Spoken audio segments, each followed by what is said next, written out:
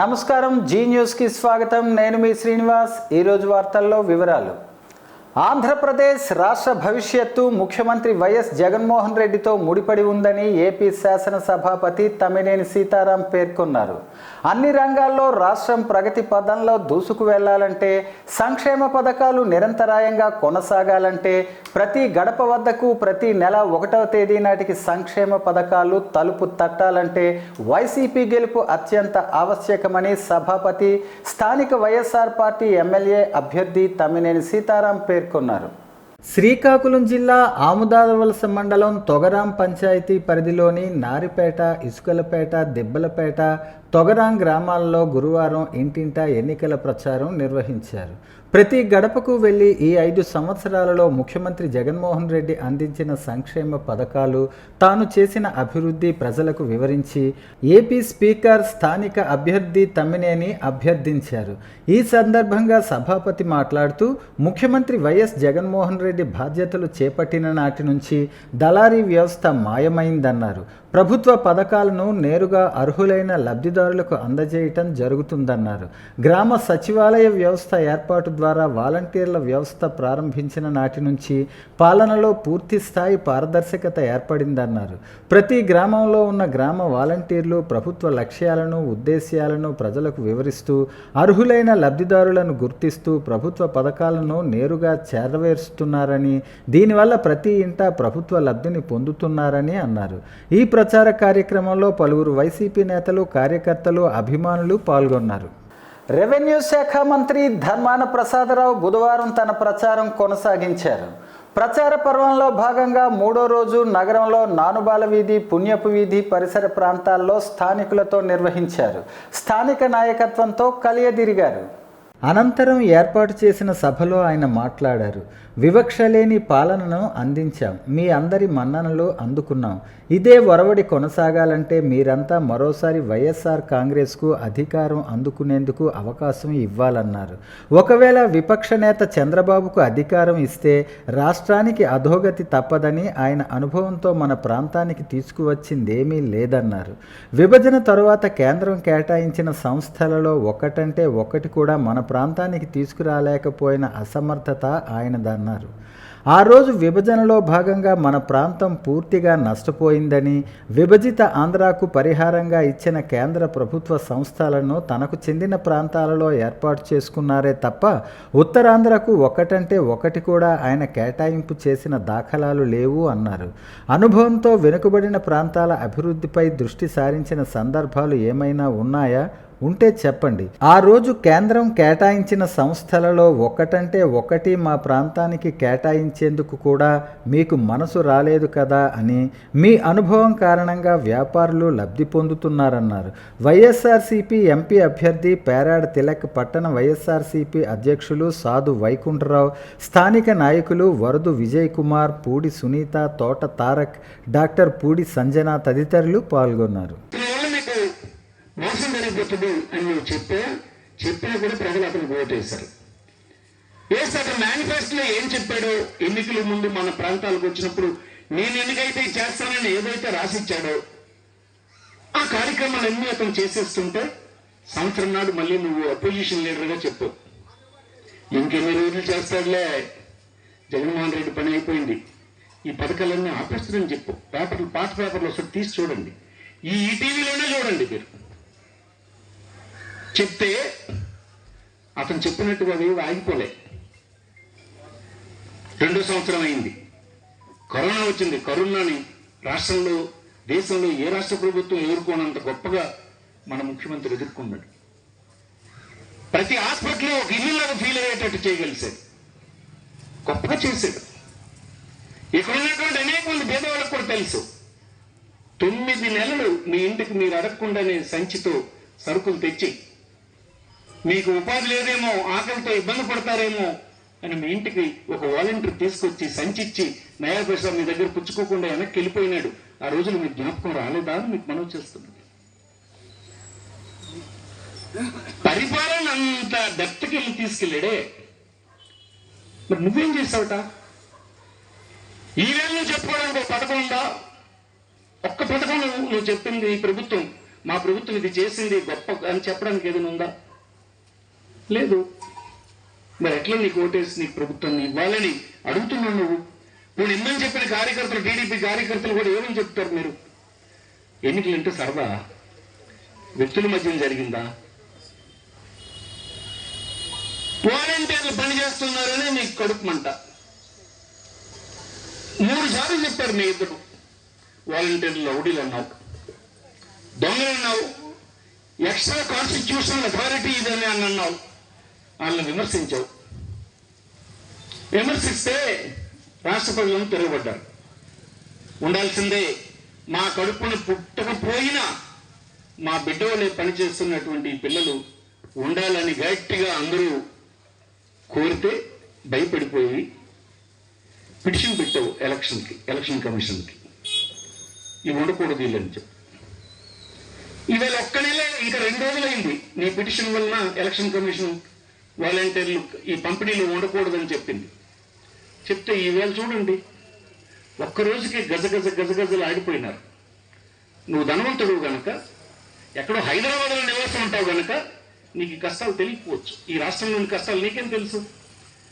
రాహుల్ గాంధీ నేతృత్వంలో కాంగ్రెస్ పార్టీ సారథ్యంలో దేశం, రాష్ట్రం ప్రగతి సాధిస్తుందని శ్రీకాకుళం నియోజకవర్గ కాంగ్రెస్ పార్టీ ఎమ్మెల్యే అభ్యర్థి పైడి నాగభూషణ్ రావు స్పష్టం చేశారు.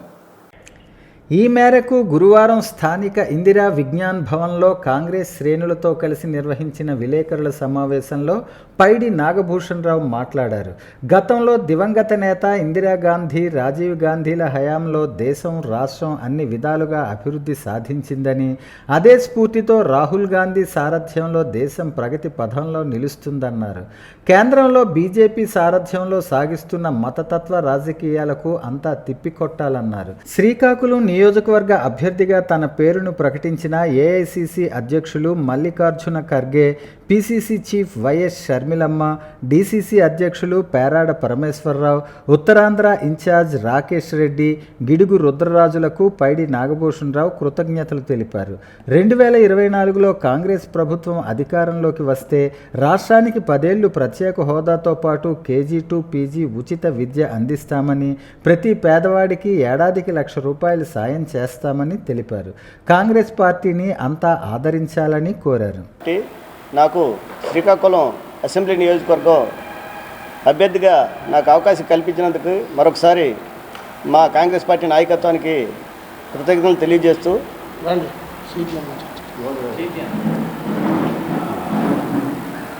ఈరోజు శ్రీకాకుళంలో 7 నియోజకవర్గాలకు సంబంధించి అభ్యర్థుల్ని ఒకేసారి ప్రకటించి, స్థానికత్వంలో నేను సింహద్వారం దగ్గర మా స్వగ్రామ నివాసం, నా పేరు పైడి నాగభూషణ్ రావు, నేను రాష్ట్ర కాంగ్రెస్ పార్టీ ప్రధాన కార్యదర్శి మరియు విజయనగరం జిల్లా ఇన్ఛార్జిగా నాకు పార్టీ బాధ్యతలు అప్పచెప్పింది.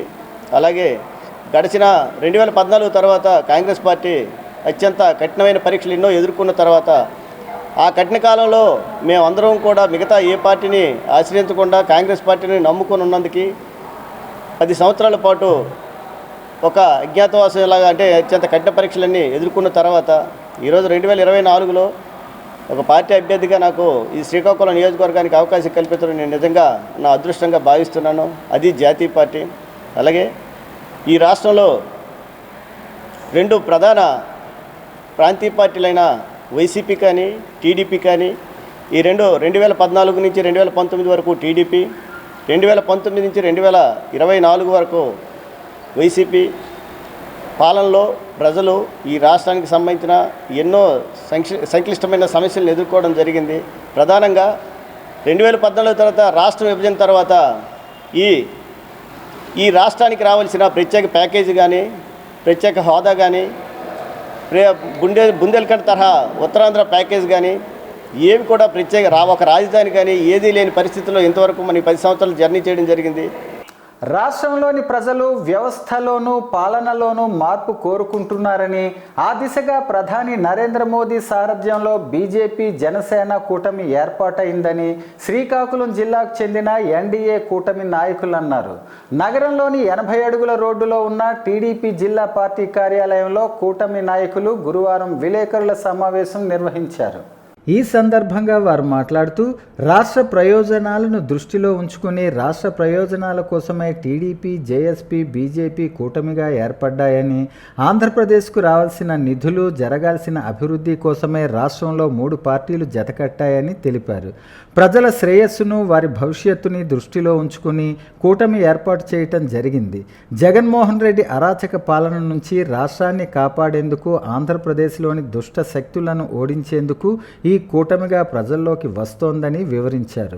దార్శనికత, సంక్షేమ పథకాలు, అభివృద్ధి పట్ల నిబద్ధత కలిగిన పార్టీ తెలుగుదేశం. రాష్ట్రంలో ఎన్డీఏ కూటమి సంపద సృష్టించి ప్రతి ఆంధ్రుడికి అండగా నిలుస్తుందని వివరించారు. రాష్ట్రంలో దళితులకు సరైన స్వేచ్ఛ లేదు. ప్రభుత్వ అక్రమాలపై ప్రశ్నిస్తే దాడులు చేస్తున్నారని, కేసులు పెడుతున్నారని ఆవేదన వ్యక్తం చేశారు. గత 5 ఏళ్లలో దళితులపై 6,000 కేసులు పెట్టారని అన్నారు. 188 మంది దళితులు హత్యకు గురయ్యారు.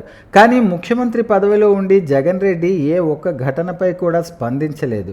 వైసీపీ ఎమ్మెల్సీ దళితుడిని చంపి అతడి మృతదేహాన్ని డోర్ డెలివరీ చేసినప్పుడు ఈ సిగ్గులేని ముఖ్యమంత్రి దానిపై కూడా స్పందించలేదని వివరించారు.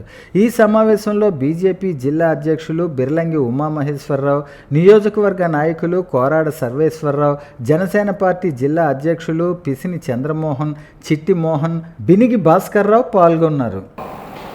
ఈరోజు ఈ రాష్ట్రంలో, దేశంలో కానీ ఎన్డీఏ కూటమి ఏర్పాటు చేయడానికి ఈ రాష్ట్రంలో ప్రధానమైనటువంటి ముఖ్యమైనటువంటి కారణం ఈ రాష్ట్ర ప్రభుత్వ అరాచక పాలన నుంచి ఈ రాష్ట్రాన్ని, రాష్ట్ర ప్రజలను కాపాడాలి అనే ఒక సదుద్దేశంతో ఈరోజు ఈ ఎన్డీఏ కూటమి పనిచేయడం జరుగుతుంది, కలవడం జరిగింది.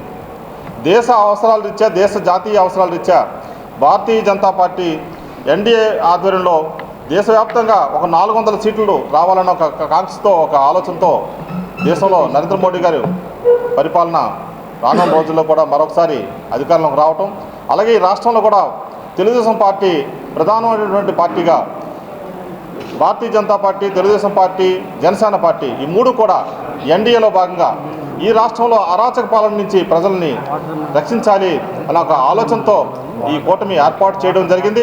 అందులో భాగంగానే ఈ కూటమిలో మనకి ఈ రాష్ట్రంలో ఏం చేస్తున్నాం ఈ కూటమి ద్వారా, అలాగే ఈ జిల్లాలో ఉన్నటువంటి 7 అసెంబ్లీ నియోజకవర్గాల్లో కూటమి ఉన్నటువంటి అభ్యర్థుల్ని గెలిపించుకోవాలన్న ఒక ఆలోచనతో 3 పార్టీలు కూడా అహర్నిశలు కృషి చేసి ముందుకు సాగి ఈ మా యొక్క అభ్యర్థులను గెలిపించుకోవాలన్న ఒక ఆలోచనతో ఈ కూటమి ఏర్పాటు చేయడం జరిగింది.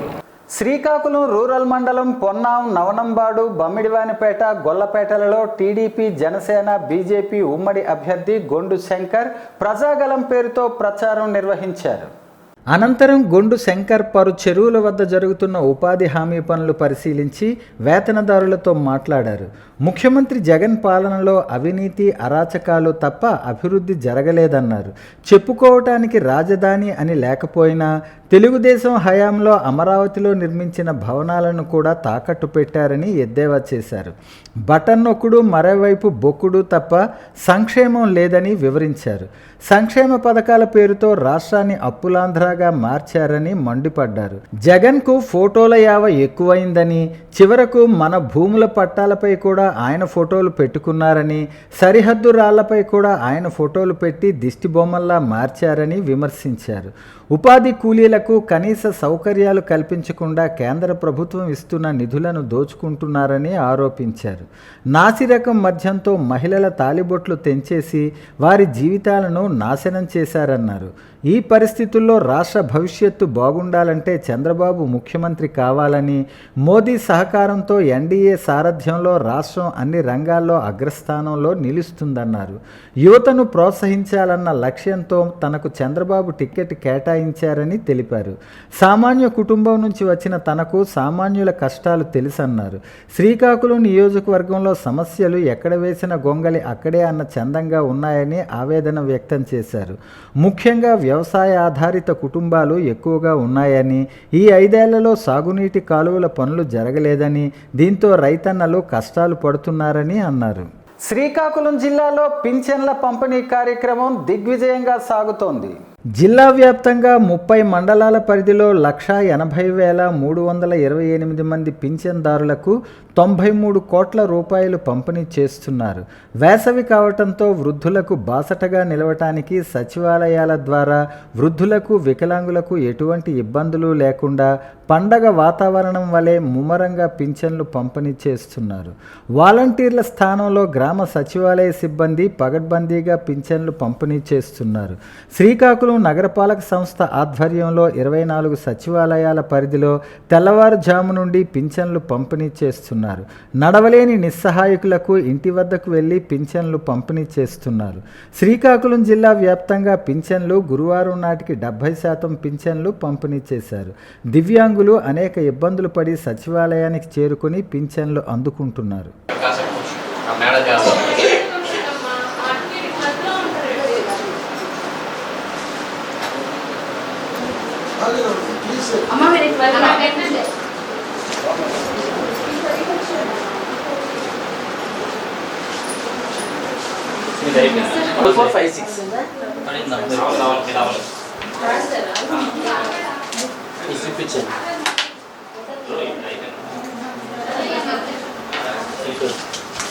పాతపట్నం నియోజకవర్గ అభివృద్ధికి పాతపట్నం నియోజకవర్గ శాసనసభ్యురాలు రెడ్డి శాంతమ్మ అవసరమని వైసీపీ యువ నాయకులు రెడ్డి శ్రావణ్ అన్నారు. పాతపట్నం నియోజకవర్గంలో 2024 ఎన్నికల నేపథ్యంలో జోరుగా ప్రచారం నిర్వహిస్తున్నారు. ఈ మేరకు వైసీపీ చేపడుతున్న సంక్షేమ పథకాలపై ప్రజలకు వివరించారు. రానున్న అసెంబ్లీ ఎన్నికల్లో పాతపట్నం నియోజకవర్గ వైసీపీ అభ్యర్థిగా పోటీ చేస్తున్న రెడ్డి శాంతమ్మతో పాటు ఎంపీ అభ్యర్థి పేరాడ తిరక్కు అత్యధిక మెజారిటీతో గెలిపించాలని ఆయన కోరారు. ఆయనతో పాటు వైఎస్ఆర్సీపీ నాయకులు, కార్యకర్తలు, ప్రజలు పెద్ద ఎత్తున పాల్గొన్నారు. అది చిన్న కొడుకిల్లు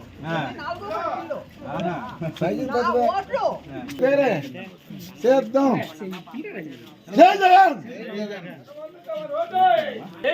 జై జగన్, చేద్దాం.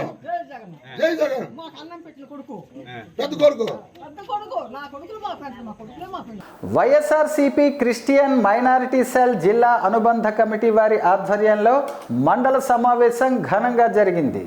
YSRCP Christian minority Etcherla Chilakapalem pastor B Prakash Rao ఇంటి వద్ద జరిగింది. ఈ కార్యక్రమంలో అన్వేష్ బాబు, కార్యనిర్వాహకులు reverend Tompala Peturu, reverend Allu Emmanuel, reverend Tolapi Suribabu, reverend Rakoti Chandeeswararao, reverend Behra Rambabu తదితరులు పాల్గొన్నారు.